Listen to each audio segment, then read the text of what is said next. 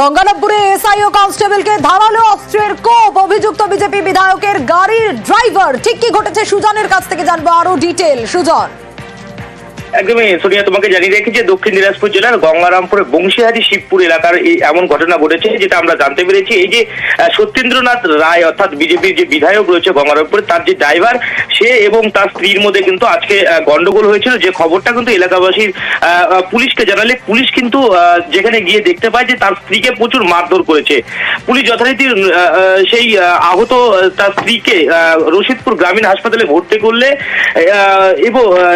ভর্তি করে এবং সেই যে অভিযুক্ত স্বামী সে কিন্তু স্ত্রীকে মারার জন্য হাসপাতালে পৌঁছে যায়। যখন হাসপাতালে স্ত্রীকে মারধর শুরু করে তখনই কিন্তু সেখানে কর্তব্যরত থাকা এক কনস্টেবল এবং এএসআই সেখানে কিন্তু তাকে বাধা দেয় এবং রীতিমতো তাদের উপরে হামলা চালায় এবং ধারালো অস্ত্র দিয়ে তাদেরকে মাথায় আঘাত করে এবং একজন এএসআই কে তাকে পেটে কিন্তু আঘাত করে, যার ফলে কিন্তু গুরুতর আহত হয় ওই কনস্টেবল এবং এএসআই। এবং পুরো ঘটনা নিয়ে কিন্তু থমথমে পরিস্থিতি এবং ওনার স্ত্রীকে এর আগে মারধর করেছিল। তারপরে ওনার স্ত্রী হসপিটালে এসছে, ওনার পিছন উনি এসে হসপিটালে মদ খেয়েছিল, তাণ্ডব করছিল। তো আমাদেরকে ফোন করলাম, আমরা নিয়ে যেতে যাচ্ছি, বুঝাচ্ছি, বুঝবে না, দিয়ে আমাদের হাতে মারলো।